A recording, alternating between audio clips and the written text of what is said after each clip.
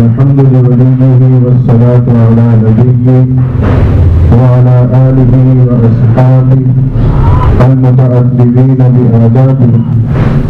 أما بعد فأعوذ بالله من الشيطان الرجيم. بسم الله الرحمن الرحيم. فاذكروني أذكركم واشكروني ولا تكفرون. سبحان ربك رب العزة عما يصفون وسلام على المرسلين والحمد لله رب العالمين. اللهم صل على سيدنا ومولانا محمد وعلى آل سيدنا ومولانا محمد وبارك وسلم عليه. اسلامی اور روحانی پروگرام میں ہم آپ جمع ہیں. دعا ہے اللہ تعالیٰ ہم سب کے بیٹھنے کے لیے سلاموں کو قبول فرمائے. اس سے قبل آپ نے حضرت مولانا شیخ طریقت مولانا عبداللہ صاحب برکات العالیہ اور حضرت شیخ طریقت مولانا خورشید صاحب برکات العالیہ ان کی خوبصورت اور بنیادی باتیں سماعت فرما چکے ہیں. اور ہمارے حضرت مولانا محمد علی صاحب کے چھوٹے چھوٹے بچوں سے آپ نے خوبصورت انداز میں قرآن کی تلاوت بھی سنی. خدا ہے اللہ تعالیٰ ہم سب کو برکات سے مالا مال فرمائے. میں اس موقع کی مناسبت سے مختصر سی باتیں آپ کے سامنے رکھوں گا. اللہ فرماتے ہیں میرے بندے تو مجھے یاد کر میں تجھے یاد کروں گا. میرا شکر ادا کرنا شکر مت کر. اس آیت کریمہ کا پہلا حصہ جو اللہ کی یاد اور ذکر کے حوالے سے ہے.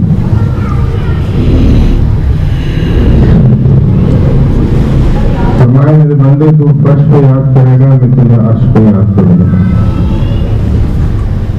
تنہائیوں میں یاد کرے گا میں بھی تجھے تنہائیوں میں یاد کروں گا. مجلس میں یاد کرے گا میں تجھے فرشتوں کی مجالس میں یاد کروں گا. فاذکرونی اذکرکم. فرمایا اگر تو راحت سکون کے لمحات میں یاد کرے گا تو میں زحمت کے لمحات میں تجھے یاد کروں گا. جب بندہ راحت سکون کے لمحات میں اپنے رب کو یاد رکھتا ہے تو زحمت کے لمحات میں اللہ بھی اسے یاد رکھتا ہے.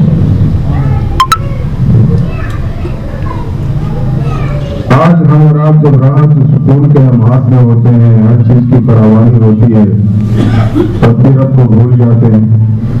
20 روپے کے گاہک کے بدلے میں ہمارے پاس مسجد میں آنے کے لیے وقت ختم ہو جاتا. اور اگر زحمت کے شکار ہوتے ہیں تب بھی مجھے رب یاد نہیں آتا.